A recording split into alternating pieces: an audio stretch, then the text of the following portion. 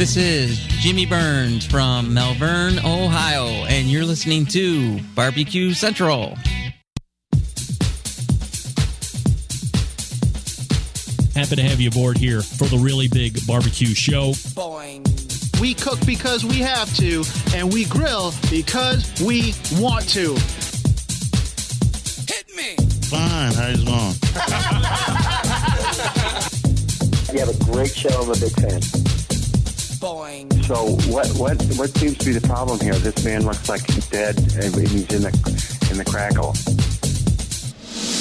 Charbono! It's all about the charbono, dude! Succulent fish! What? He ate 2 feet for wiener. But listen, Lavernius, shut your face. I'm shaking like a dog shit peach seeds.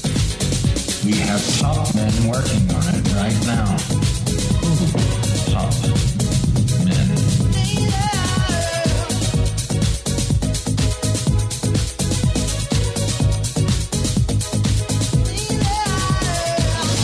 Hey, welcome to the second hour. It's the BBQ Central Show, talking about all things important in the world of barbecue and grilling.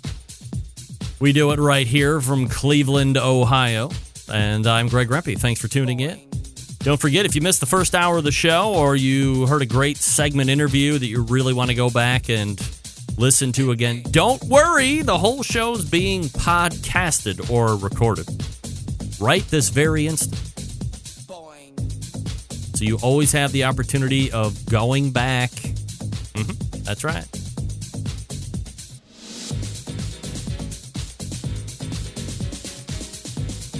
Last check, Cavs up by 6 or 7.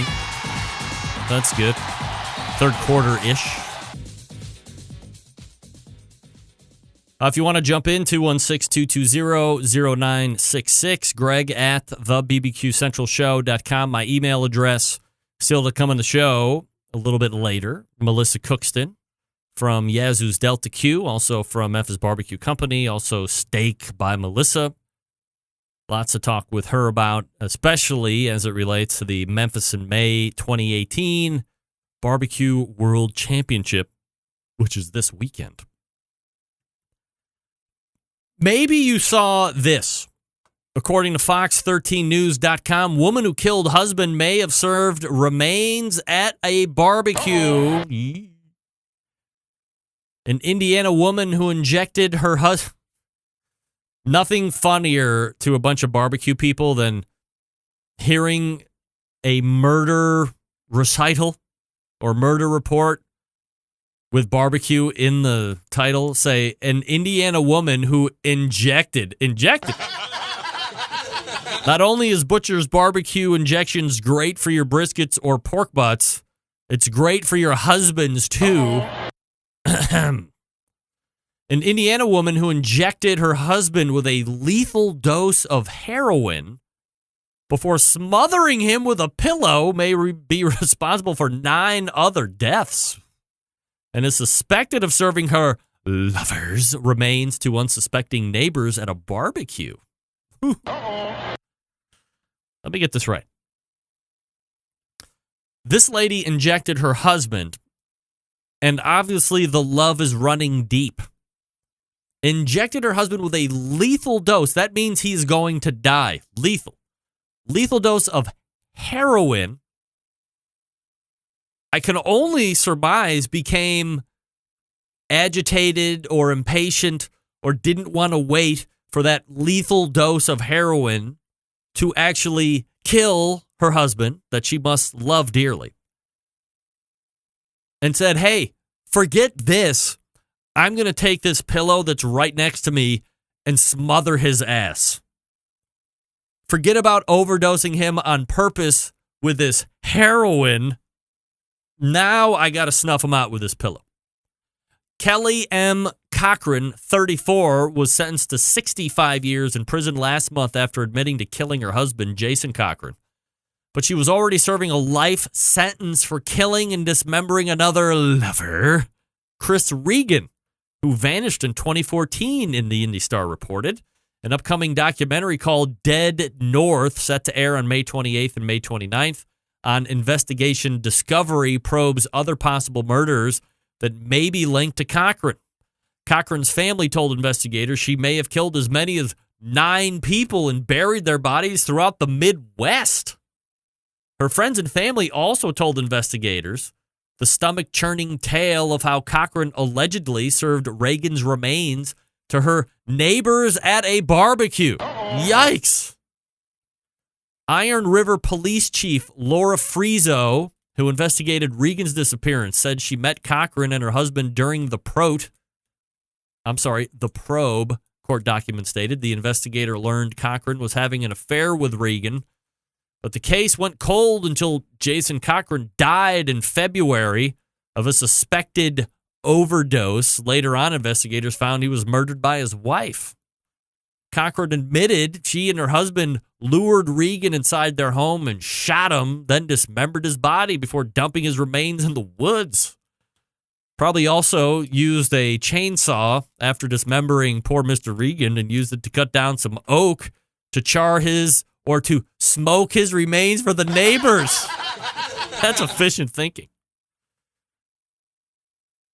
Cochran said she and her husband made a pact to kill off anyone involved in their extramarital affairs. But Cochran said she was angry at her husband and killed him as revenge for murdering Regan. Court documents stated she was sentenced to life in prison in May 2017 for Regan's murder and sentenced on April 18th for murdering her husband. What kind of killing is going on here? This lady had an affair with Regan. Before the affair took place, the husband and wife had a pact that if anybody stepped outside of the marriage, they would have to go kill the person that they cheated on. I have a better idea, and as Cochran later figured out, why not just kill one or the other of you two?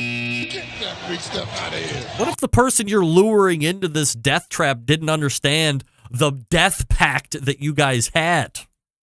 What if they didn't know you were married? Poor Mr. Regan. Unless you knew she was married, Mr. Regan, which then you're kind of rolling the dice, I guess. Holy moly. Now she's pissed because she obviously liked Mr. Regan more than her husband, Mr. Cochran, and said, hey, Mr. Cochran, my husband, must have a heroin addiction. I'm going to shoot him up because I'm a nice wife. You know, my wife shoots me up with heroin all the time, just the right amount.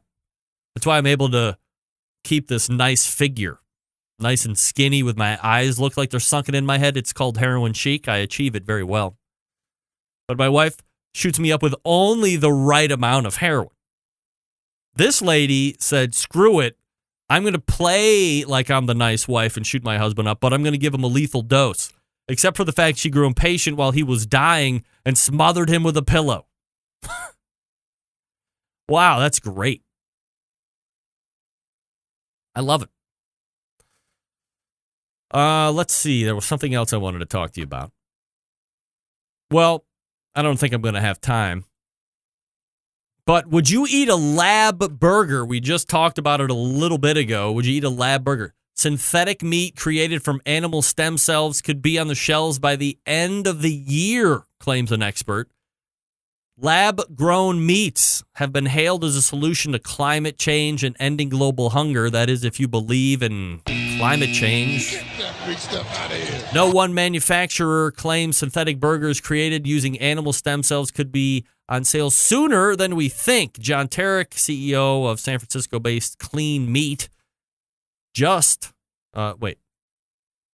San Francisco-based Clean Meat firm JUST says lab-made sausages, chicken nuggets, and foie gras could be served in Asia and the U.S. before the end of 2018. And as I say at the beginning of each and every month, 2018 rapidly coming to a close. Tetrick told CNN that public perception and the sensory experience of the products remain considerable hurdles for the clean meat industry to overcome. Clean meat will be a complete fantasy if we cannot bring the full sensory experience to bear, he said, including color, texture, smell, and shelf life.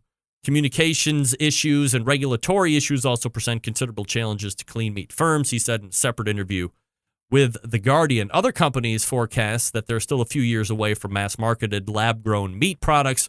Professor Mark Post, chief scientist officer of Mosa Meat, whose lab in the Netherlands produced the world's first cultured hamburger, told CNN regulatory approval process could delay samples being distributed to suppliers by years. But here's what we need to understand. While they're also talking about chicken patties and chicken parts and all of this other stuff, there is non-meat options like the Impossible Burger and what was the other one we were just talking about? The Impossible Burger. Hold on, let me go back up. Damn it. What is it? Oh, the Beyond Burger, the Impossible Burger. That's right. These are all current options. In fact, if I'm not mistaken, I did a news report that White Castle or Crystal Burger was taking on the Impossible Burger to offer in their thing. So real life, big money hamburger chains are buying into the non-meat burger option, or at least making it an offer. Michael Simons here in Cleveland, the B Spot, offers the Impossible Burger on their menu for $1 more than his triple beef blend. I've had it. If nobody told me that it wasn't beef, I wouldn't have given it a second thought. Not saying that the calories are better, or it's necessarily more healthy, but it's not meat. So if you don't like meat or you want to opt out of eating meat all the time,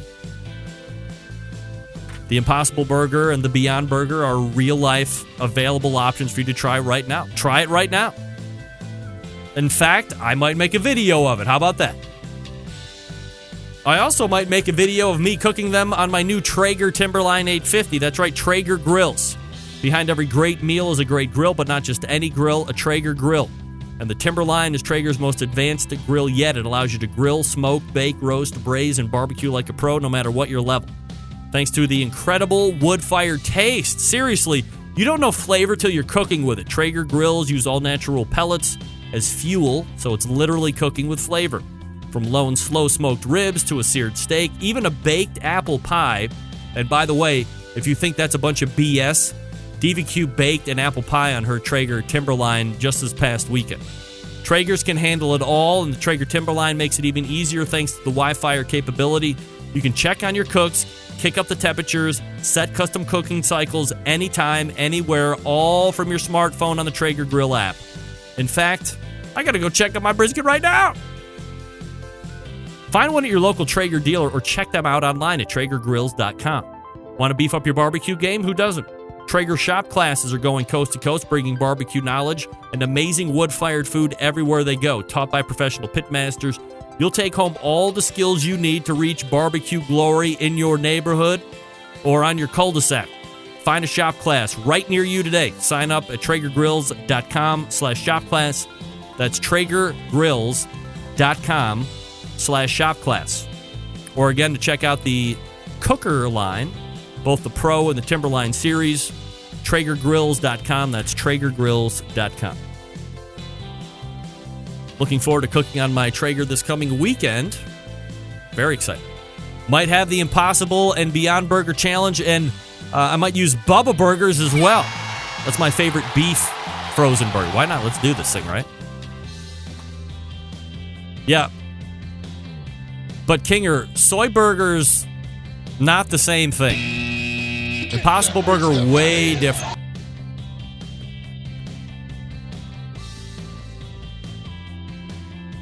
All right, we are back with Melissa Cookston right after this. Stick around.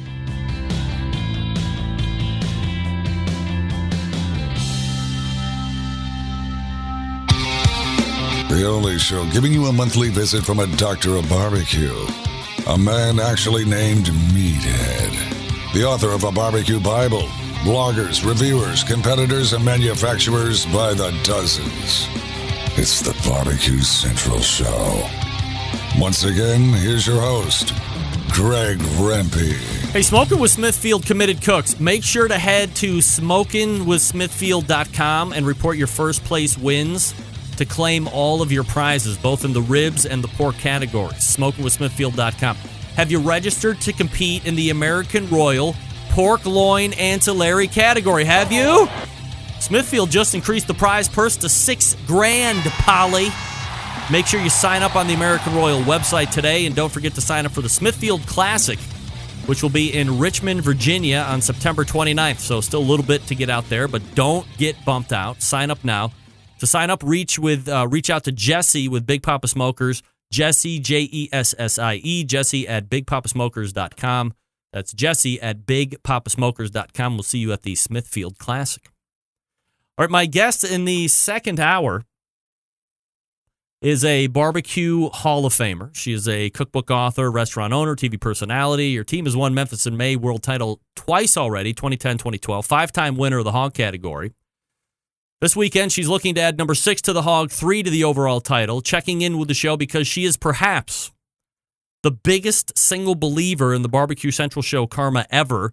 Let's head to the Traeger Grills hotline and welcome back the pitmaster of Yazoo's Delta Q and friend of the show, Melissa Cookston. Melissa, hey. Hello. I said in the intro, Melissa, that you might be the biggest believer of the show karma. And just to put some perspective and clarification on this, we had this segment booked 1 year ago to ensure that this spot would be open so you could come in, get the juju. You don't mess around when it comes to Memphis in May and making sure all the ducks are in a row to give yourself the best shot at winning, correct? That is correct. I'm just a little bit superstitious, and you're my guy. Well, I appreciate being your guy, and I'm glad Pete doesn't take any offense to that as far as that's concerned. I'm your juju guy. He's the main squeeze, of course. Before we look ahead to this coming weekend, Melissa, let's go ahead and take a trip down memory lane for a moment. Back to that first Memphis in May overall win ever. Is that something that you think about from time to time? Is it just packed away and it's rarely thought about? And what do you recall from that day?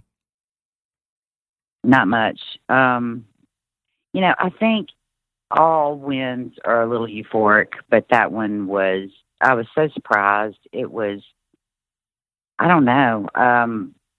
I think everybody else was surprised too, but no one more so than myself. But I'm really that person that's always looking ahead. What can I do better? And I always try to be better tomorrow than I was today. So, I always will cherish that moment, but I'm really always looking ahead. Melissa Cookston joining me here on the show. So let's go ahead and talk about the 2018 rendition of Memphis in May, which is coming up this weekend. What kind of a prep have you been doing? Has the team been doing leading up to the event this coming weekend? Well, as you know, I raise my own hogs, so it's been an all-year process. On Monday, after Memphis in May last year, I bought 2 more hogs. So I've really been focused on the feeding and breeding of those hogs to get my litters ready for this year. So that's really what I've been focused on. And, of course, this week has been a crazy week. I'm trying to ask the right questions here because I think there's very few pitmasters that are probably doing what you're doing as it relates to the hog process here. And I certainly don't want to get into the weeds here for the rudimentary barbecue, but it's incredibly interesting. Can you take me back to when you decided that you wanted to get into or give it a try as far as making your own breed of hog that you were going to take to competition and try and win with? Absolutely. In 2014, I had cooked the best hog I could cook. So, what do you do from there? I think you either retire or find a way to cook a better hog. So, I started doing some research online as to breeds of hog, and I knew that, it was going to require a lot of attention, a lot of effort. And once I found the breeds that I wanted to mix, I started looking at diet. I talked to, of course, geneticists, used a little bit of Mississippi common sense, and had a plan and did not know if that plan would work. It took me until 2017 to get a litter that I would take to Memphis in May. I had 1 litter to choose from and didn't know until I did my practice cook the week before Memphis in May if the theory in my head would work. So I was quite pleased when I did my practice cook and I took my first litter in Memphis in May last year. How many hogs come in a litter? Is it a couple? Do you get 12 to choose from? I have no idea. Yeah, well, the breeds that I'm breeding typically have small litters. I had 3 litters to choose from, and I had 26 piglets out of those 3 litters. So typically we get 8, 9 piglets out of a litter. So, it's small litters. So you go in, you look at all the little baby piglets and say, okay, I want this one, this one, this one, and then you take them. Do you take them home with you, or do you have like a raising area off-site that you bring them up the way you want them and, feed them and finish them and all this other stuff? If I brought them home with me, they would all have names and they would be sleeping in the bed, and I would not be able to do what I do. They're about an hour and 15 minutes away from my house. Since we had 3 litters to choose from, I actually have one litter that is the exact same as last year, and the other 2 litters were just a little bit different. I wanted to try something new this year. So I did a practice run last week, and I cooked 2 hogs, one from each of the different breed litters, to see which breed that I would be going with. Mm-hmm. And made a determination. And then once you make a determination what breed you're going with, then you choose the specific hogs that you'll be cooking for competition. Are you unveiling which ones you're going to be using, or are you keeping that to the vest? I am. I'm going in with the dark horse. I chose the brand new breed. Really? Yes, sir. I remember how excited you were. It kind of blew my mind. You were talking. You were so ecstatic about like that white, creamy layer of fat that you and you're like, oh, this is exactly what we were shooting for, and you knew that this whole theory was panning out the way you wanted. So, is it like even a whiter thing of fat? Does it have nothing to do with fat? Is it like a meat thing now? What made you go with the newest round? Has the exact same fat. The meat is so tender and the meat is so flavorful. It's like a whole different. I don't know. I can't explain it. It's another level, and it's. I don't know. I mean, it's like I'm a mad scientist in a lab or something. it's crazy, but I can't wait to see what happens next. The hog that we practiced on was just, it blew my mind. It was fantastic, and and these theories in my head work, but until you cook it, you don't know. So, I've got a great hog if I don't mess it up. So you can, from a hog relationship, you can use this practice hog that you're talking about and know that the one that you're going to be cooking this coming weekend is going to be the exact same. And I guess it's a long-winded way of me saying in barbecue competition, otherwise, one Wagyu brisket might vary quite substantially from the next Wagyu brisket, even if it's, let's just say, Snake River Farms for, sake of who you might be getting it from. But one could be, a little or a lot different from one to the next. Not the same when it comes to hogs? Well, you got to realize I have a whole ham. Actually, I have 2 whole hams, 2 whole shoulders, and 2 whole loins on a hog to pull from. I'm cooking 3 hogs, so I'll have one for blind, and I can tear up all 3 hogs just to get a blind box if I want to. So I got a lot more meat than one brisket to pull from. When you look at sanctioning bodies right now, Kansas City, Florida, just to name a few, IBCA, the flavors that are winning seem to have remained fairly similar by and large here over the last 3, 4, 5 years. Memphis in May is certainly a different monster. It's all pork all the time. There's a lot of the same teams that are showing up. There's obviously some young guns that are going to be coming in there as well, trying it out for the first time. From that flavor profile standpoint, do you think it's more or less the same kind of a flavor profile that you might be looking for? If you get your tenderness dialed in, obviously it's always a tenderness game first, but holding that being equal to everything else, are you always evolving a flavor profile, or are you going to stick with what has worked for you guys in the past? I'm going to stick with, what I've always done in the past. It seems to have treated me well. I'm a little old school. I believe in true Southern barbecue. And, my flavor profile has always been very original because I developed it myself. I don't use anybody else's rubs and sauces. So it's unique. And, it's it's done really well for me. So I'm going to stick to that. Melissa Cookston from Yazoo's Delta Q joining me here on the show, talking about the upcoming Memphis in May competition this weekend. Notching a third overall Memphis in May win this weekend, Melissa, would obviously put you in some fairly elite company, namely a Mike Mills from Apple City Barbecue, a 3-time winner, a Myron Mixon from Jack's Old South, I know an old buddy of yours, a 4-time winner, and then Chris Lilly of Big Bob Gibson's a 5-time winner. What would it mean to get that third overall, to kind of get in that company? You know, I'm just so honored to ever be able to walk the stage at Memphis in May in any category that, you know, I just can't even wrap my head around being able to win the whole thing again. It really is a labor of love, and Memphis in May is, of course, the holy grail. And, you know, anytime you can have your name called there is such a great honor. And, you know, I don't get to compete in Memphis-style barbecue contests anymore.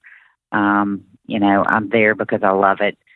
And I really just can't even wrap my head about being able to win the whole thing anymore. So I'm going to go do what I do, work really hard, and pray a lot. Do you want to just win hog first and then worry about overall after that? I mean, is that kind of the hurdles that you go through as a team? I just want to be able to cook as good a hog as I can cook. And really, that's all I can control. Everything else is out of my control. So really, I just worry about my cook, and whatever happens after that happens. From an entertainment standpoint, if you go to Memphis in May, and I've only heard the stories and seen all the videos and stuff, but it seems like it's a place that, you know, if you're a new team or you're looking to kind of connect with people, you could certainly find a lot of things to distract you to get you off your game. You're a seasoned vet. You've won it a couple different times. You've won hog category 5 times. What do you do when you get down there to, I guess, get whatever socializing it is that you might want to do, and maybe you don't want to do any, and you just go in and dial in automatically? Or do you have some things, because now you are who you are, you're BBQ Hall of Famer, you've been on TV, best-selling author, all that stuff, where you have to do some type of a public-faced position before you can actually get into the cook? What's expected out of you this weekend? You know, not a whole lot. Hog takes 24 hours to cook, and then, of course, you have prep time, and I have my friends from Smithfield coming in on Thursday, so unfortunately, I think we're going to get some rain. I'm not supposed to say that R word. I should have just said the R word. So I do try to visit my friends that I only get to see once a year as much as possible. But, you know, the park is so big and there's so many people that it's really hard to get to do much visiting. We try to really get in early if we can. You know, some friends will come in. Well, I've got the Australian team came in last week, so I got to visit with them some. But really, we try to get that out of the way on Monday and Tuesday, because starting Wednesday, it's, you know, really game time. So there's not really a whole lot of socializing after that, because Friday, really, at noon, I'm putting my hogs on. So, you know, at that point, it's I don't really know what's going on outside my booth. I can talk to pit masters that do other sanctioning body style events and say, hey, when you put a brisket on or when you put your pork, but what are you looking for? What temperature are you looking at? Hog is a whole different animal, not to use a bad pun, but are you just experienced at this point? You can look and see the color, or you know the temp, or maybe there's a certain smell or whatever. I remember the first time I met you in person at that original Kingsford Invitational. You told me the night before, if you show up tomorrow and you see the door open on my cooker, you know I've had a good cook. Of course, you summarily won that invitational, $50,000, blah, blah, blah. And that door was open, by the way, when I showed up in the morning. How do you know when that hog is done? Do you temp it at all at this point, or you just have that knowledge and that experience behind you to know at this time it better be like this, otherwise we're going to be in a world of hurt, or we're going to be in a world of good? Yeah, I mean, I'm always using thermometers. I'm very OCD, so thermometers are always my friend. So at night, when I call putting the hog to bed, I'm sticking thermometers in there. I know what temperature, the internal temperature is at all times. from that point on. And, hogs hit stalls just like any other big meat. And when you cook your first hog, you panic because hog stalls last a lot longer than any other meat. Yeah, right. But, yeah. And, once you get through that stall, that internal temperature will rise pretty quickly. So, I've been cooking hogs for over 20 years now, and typically I know how long that stall is going to last and how long it'll take us to get to the internal temperature that we want after that stall ends. So, really, it's really kind of autopilot for me at this point.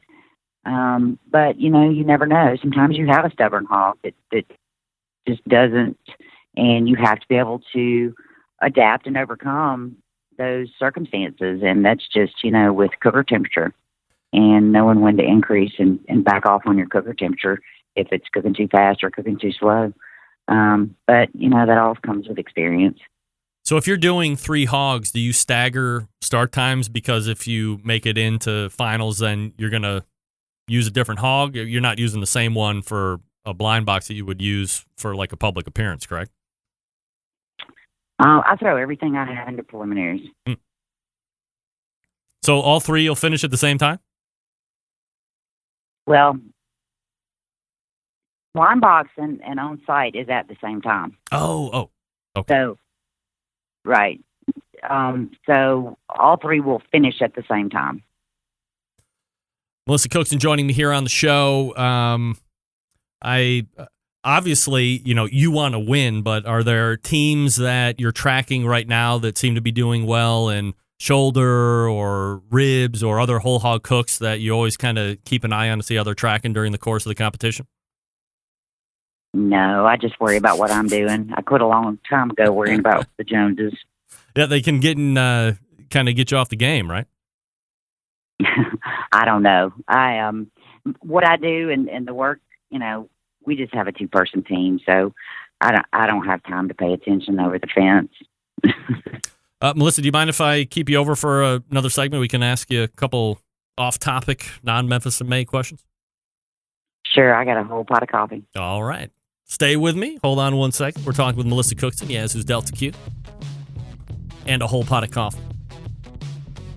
And we'll get back to her in just 1 second. I'm going to talk to you quickly about Big Papa Smokers, the one-stop online shop for all things barbecue, the curated selection of only the best outdoor cooking and grilling supplies. Get you on the path to better barbecue results in no time. Everything at Big Papa Smokers has been Pitmaster approved by Sterling Big Papa Ball himself, from award-winning rubs and sauces to American-made grills, smokers. Big Papa's has everything you need to be a better outdoor cook. Now, whether you're a backyard fanatic like me or a competition pro, Big Papa Smokers has something for you, whether it's their championship rubs and seasonings, like the popular flavors Sweet Money, Cattle Prod, Cash Cow, all proven winners on the competition circuit and in the backyard. Big Papa Smokers offers 13 perfectly balanced flavors that will transform ordinary meals into extraordinary. They also are the proud owner of the award-winning Granny's barbecue sauce. Looking for a new go-to sauce that will please everyone? Granny's traditional yet powerful flavors remind us why we fell in love with barbecue in the first place. You can find Granny's barbecue sauce and other top-rated barbecue sauces at BigPapaSmokers.com. And aside from their premium selection of rubs and sauces, they also offer the very best pellet, charcoal, and wood-fired cookers available today. If you're looking for a versatile smoker that's easy to use, you might want to check out the Mac 2-Star General Pellet Grill. Big Papa's is the exclusive Mac dealer, and they even offer special packages that nobody else can offer. If you're not a fan of pellet smokers, don't worry about that. You can take a look at the Old Hickory Ace BP, the only charcoal smoker that Big Papa trusts on his competition trailer. And if you're a backyard barbecue enthusiast like me looking for a durable and versatile grill that will last forever, the M Grill from Texas is just what you need, built like tanks. If you're not sure of what grill you need, can't go wrong with anything that is currently featured at BigPapaSmokers.com. They have something for every kind of backyard cook and budget. Check out their website and shop a full selection that is currently available at BigPapaSmokers.com. So here's what we know. Big Papa Smokers, the place to go for all things barbecue. Every product featured on the website, hand-selected to help you barbecue better. Boost your barbecue skills with the help of Big Papa Smokers, the #1 online barbecue store. Call them toll-free at 877-828-0727 or shop their website at BigPapaSmokers.com. That's BigPapaSmokers.com. More with Melissa Cookston coming up. Stick around. We'll be right back.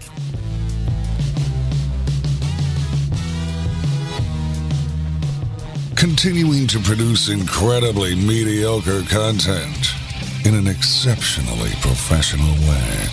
You're listening and watching the Barbecue Central Show. Once again, here's your host, Greg Rampey.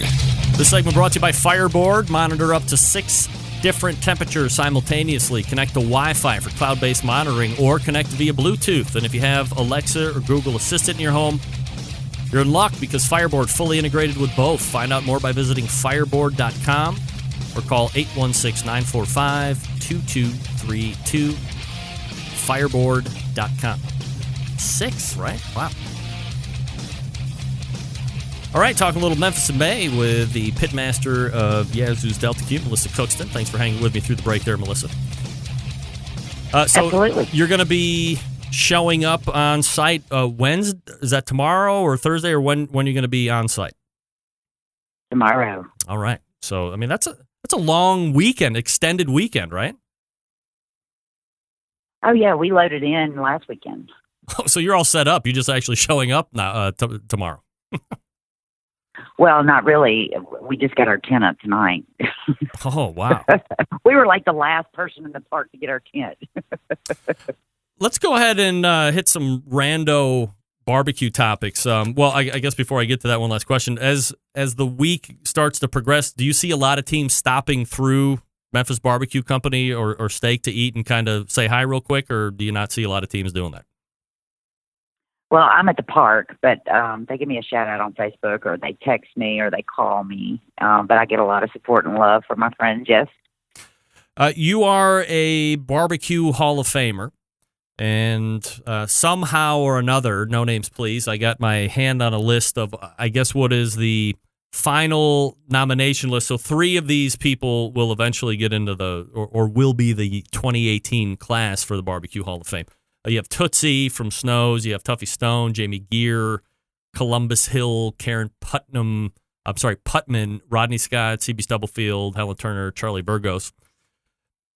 As you hear that name and being a Hall of Famer yourself, obviously there's some type of consternation that somebody has to go through to pare down that list into just 3 people. As you kind of survey that list, who sticks out to you? And obviously everybody's great. I mean, we get all that, but who cares? This is a show. We want opinions. Are there 3 people that stick out to you the most that should be a 2018 inductee? Well, I nominated one of those people. So yeah, there's one. I know who it wasn't. Me. What do I got to do? Pay you people off or what? You don't know that I didn't nominate you. You did? You think those are all the people that were nominated? Absolutely not. Do you know how many people are nominated? Is it like a list of hundreds? Oh, I'm sure. Interesting. It may be thousands. I don't know. Yeah. I don't get a full list. I just get the list. How did you get that list, by the way? This must be top secret. Melissa, rule number 1 of the show, no names, please. Come on. You know that. But my finger's on the pulse. I think we've firmly... So what you're saying is I have definitely executed. You didn't get it from me. Oh, no. Of course not. You didn't get it from me. I didn't get it from you. No. I mean, who knows where I got it? It's the internet, right? I mean, you can get anything any way you want. Yeah. So, I look at the list. Maybe this is easier to start this way. I see Tootsie should absolutely be in. She should have been in probably 20 years ago. And then, so I kind of knew Charlie, but he's like the Rendezvous barbecue guy, so I didn't really know him originally. But I don't know Columbus Hill, and I don't know Karen Putman. So, like, who are they? Can you educate me on them by chance, or are you not overly familiar? I've only ever met 2 people on that list. Okay. I know who they are, too. Tuffy Stone and Jamie Geer, right? Correct. I knew it! I should be in the Hall of Fame. Damn it! You are so smart. Damn it. Well, so I think Tootsie should be in for sure. I think Tuffy Stone's probably a deadlock this year. And also a lot of people thought he should have been in previously. Boy, and then it gets really hard for me. I mean, Jamie Geer is a prolific pit maker. A lot of the top teams use his pits. He's actually a really great cook. Won Houston Livestock and Rodeo this year, so he's certainly accomplished on both ends there. Charlie with Rendezvous, everybody knows that. And then you got Stubbs. And that third, and of course, Rodney Scott. I mean, there's probably some type of kindred spirit with you and the whole hog thing with Rodney. Have you ever had his whole hog? I have not. So, like, if I'm picking Tootsie and Tuffy, would you pick another name out of there that you think would be good? I mean, certainly all these people might get in at some point, but I assume this is kind of a debate that people have with Major League Baseball and football people. Well, you're picking those two? Yeah. Well, what if I wanted to pick those two? All right. Okay. You pick two, and I'll pick the last one. Okay. All right. So you go ahead first. Okay. Am I picking those two? Will I pick those? Oh, no. You pick whoever you want. Okay. If I have to pick the last one, if you're picking those two, and I have to pick the last one, I'll pick James. You pick Jamie? But let me just say this. Let me say this about the Hall of Fame. Please. The Hall of Fame, I don't think should just the Hall of Fame. Pat Burke and I were having this discussion, and anybody that knows me knows the respect that I have for Pat Burke. Pat was one of the first competitors that I ever witnessed in competition, and I have spent some time with Mr. Burke, and I have the utmost respect for him. Yeah. And this is his philosophy on the Hall of Fame. It's not about necessarily what you have accomplished, although that is a big part of it, but it's also about the type of person that you are. And I do agree with that. It's about what you get back to barbecue, not necessarily monetarily, but if you are genuinely what we like to say in our industry, one of the good guys, and you give back your knowledge and you give your time to the newcomers to our industry, no matter what category you fit in, and the depth that you have in barbecue. How many boxes can you check? If you are, in 5 of those boxes that we check, that's important to me because, some of these people may start off in, as a TV personality or whatnot, but then they go to restaurateur and then they go to author and then they go to competitor and then, and then they just, everybody knows barbecue's in your blood and, they just evolve into all these different aspects. I mean, to me, that's important. Don't just stick to one little thing. And, I took a lot of that very seriously in my business. I was just from the restaurant business. And, it really, to me, what kind of person. And that when I was reading the bios, it was important to me. I really fished those pieces out of, the person that they were. And I'm glad that was included in a lot of the bios when I voted.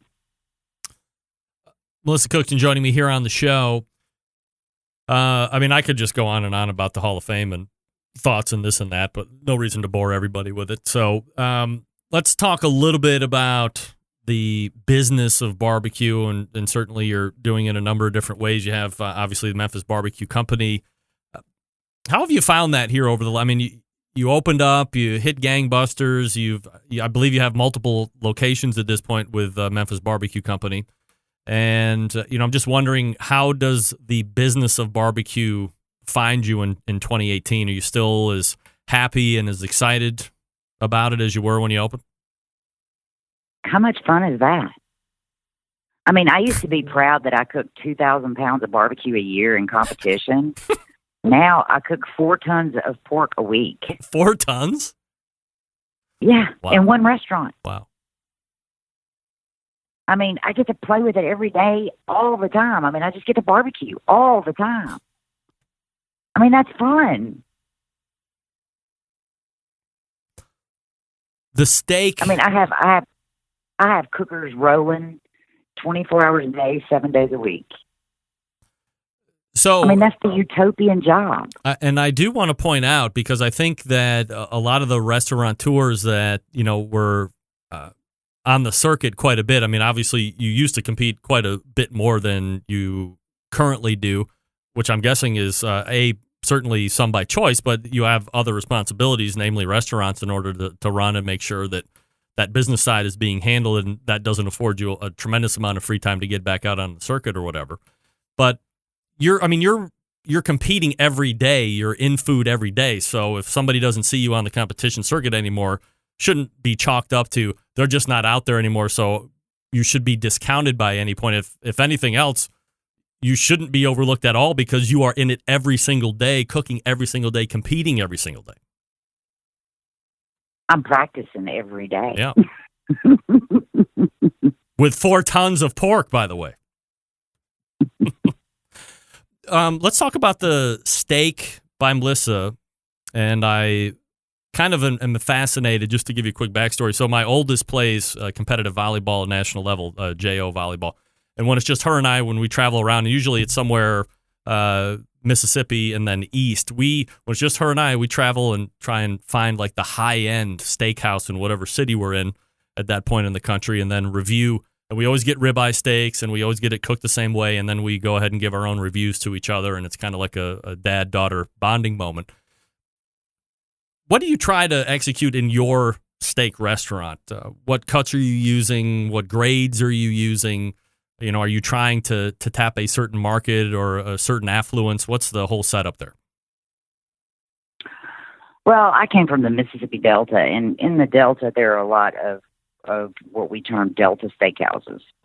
And they are very casual, but they have very good food. In the demographic that I'm in, unfortunately, I can't afford to serve prime beef. Mm-hmm. It's just not feasible. So we do serve a high choice grade, and we serve very, very good food. It is a very casual atmosphere. I have a lot of restored wood and steel in the building, so it's a very masculine feel, but it's very comfortable.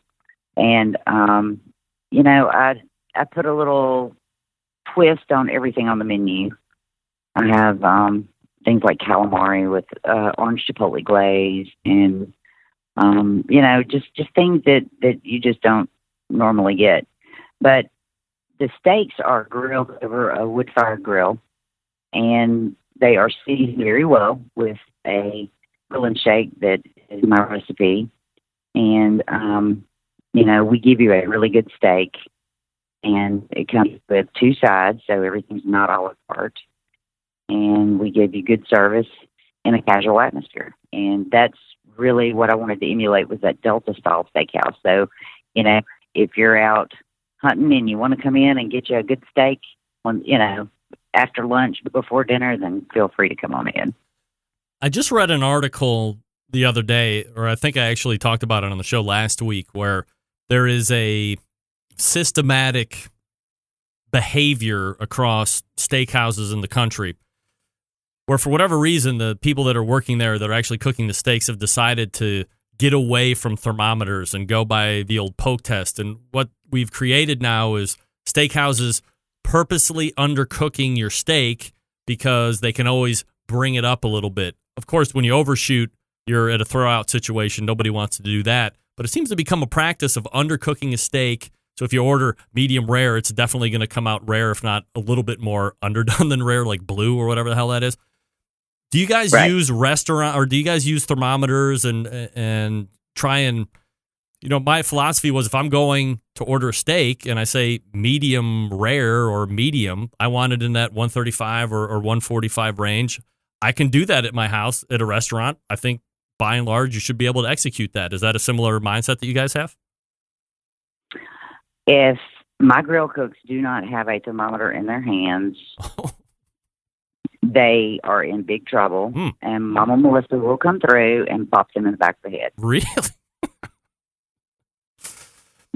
I mean, do you find that, like, if you go eat, I don't know if you're a steak eater at restaurants otherwise, but I mean, I can almost guarantee if my wife and I decide to go out somewhere, and we rarely go out for steak, otherwise, it's just me and my daughter doing that fun thing for volleyball, but I can almost always count on that steak being at least one stage on the underdone side, and it's kind of frustrating.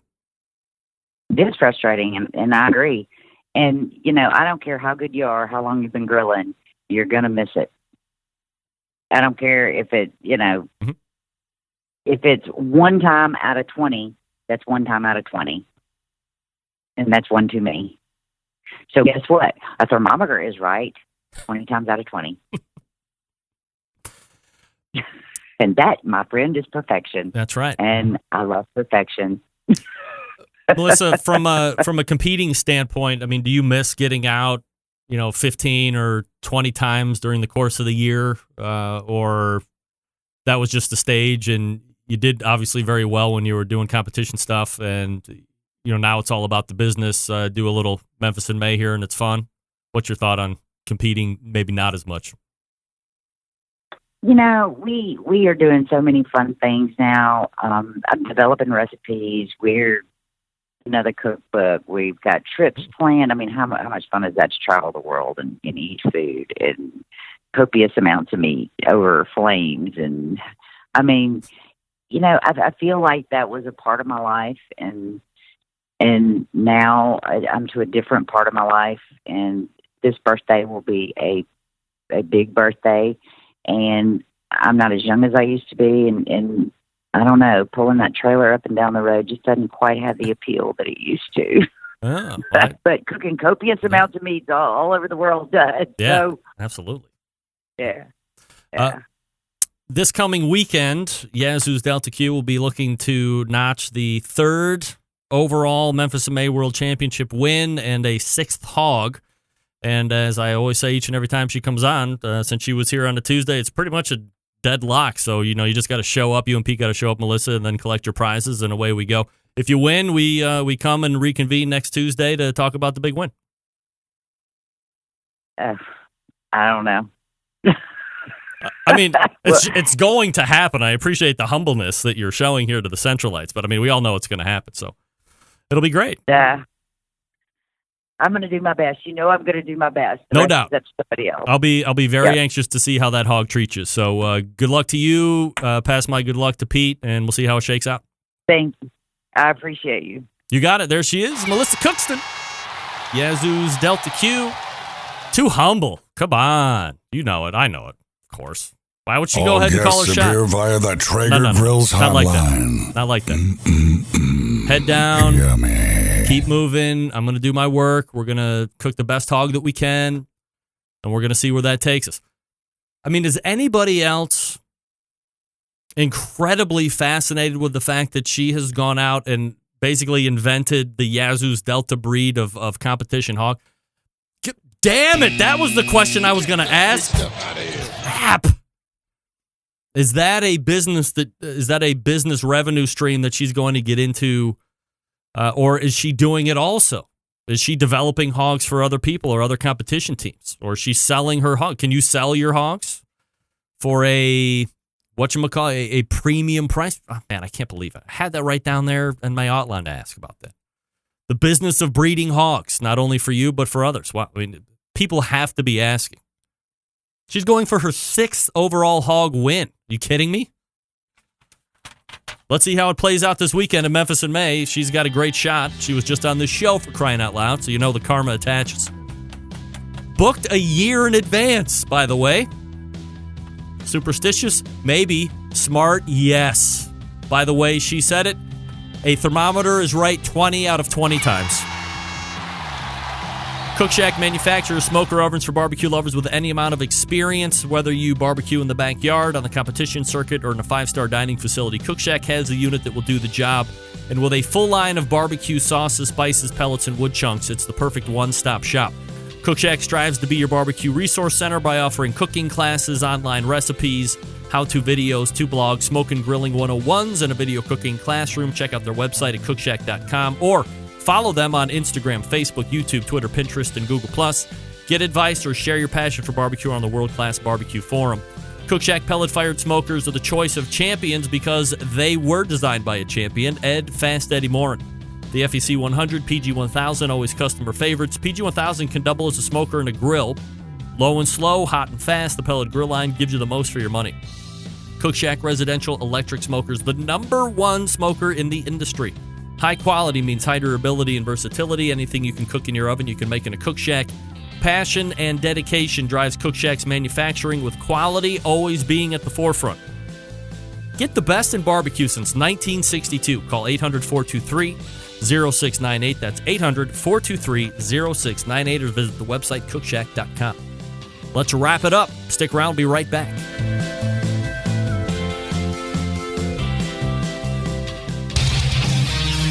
Whole packers, full racks, legs and thighs, injecting butts.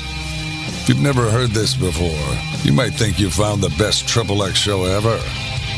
Let's get back to the most homoerotic host out there today, Greg Rempe.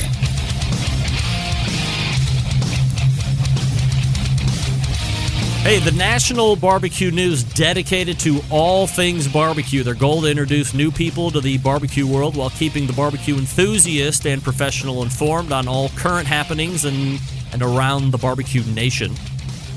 Obtaining this goal by offering timely news stories, new product reviews, barbecue event calendars, and unique recipes inside their printed products, website, social media pages, and email newsletters. Subscribe now by visiting barbecuenews.com. That's BARBECUE, barbecuenews.com. That's barbecuenews.com. Man, that's great. Barbecue News. They've been around for like 50 years. I think, and I have seen barbecue publications come and go. But Cal Phelps and the gang out there are continuing to change with the times and making sure that their staff is offering you the great barbecue knowledge that you kind of crave and are hoping for. That website again, barbecuenews.com. So thanks to Melissa Cookston again for coming on. She'll be heading to Memphis in May, or will be on site tomorrow. I'm not sure exactly how long of a drive that is, maybe a couple hours or so, depending on where she's at in Memphis versus where the actual location is. Rain is being called for again. I mean, has there ever been a Memphis in May where the rain has not come in droves and the muddy waters have arisen and people are like surfing in on the mud to collect their first place awards? Wow. Well, we'll see how it turns out for her custom hog, that's for sure. Anxious to see how that works out. And by the way, if she wins, she'll be in next Tuesday, whether she knows it or not, to recap. She has the karma full go. Good luck on the hog. Good luck on the overall, Melissa and Pete. We'll see how it goes. All the way back in the first hour, we talked with Stephen Reichlin. He's getting ready to start his national book tour in support of Project Fire. Tomorrow it's Miami, then he gets on a plane, and his second stop will be in Austin, Texas. So, hey, dudes from Best Barbecue, make sure that you find where Stephen Reichlin is going to be and visit him and tell him I sent you. Yanni and Stover, get on that. Get a book from him. Have him sign it. Send that book to me. I will countersign it. Send it back to you. It'll be great. After Stephen Reichlin, we talked with Brett Galloway from the Steak Cook-Off Association. Recapped some events that took place in Australia over the past month, and also looked ahead at some of the bigger events that will be taking place. Also recapped World Food Championships, how you qualify, how you have to make sure that you register and pay in order to get down there when you get your spot, which can be through winning an SCA event or accumulating 20 SCA points. And then in the second hour, Melissa Cookston, Yazoo's Delta Cube, Memphis Barbecue Company, and Steak by Melissa. Great catching up with her. She's got the mojo, and we'll see how it works out for her at Memphis in May this coming weekend. If you are going to be at Memphis in May, take a picture, send it to me. We'll get it up on the Facebook page and promote where you're at, give you a shout out, and would love to get your emails and takes on the whole event and how it went down on your side of the stick. Until next Tuesday, we have a jam-packed show, September 11th, 2001. I will never forget. Good night now.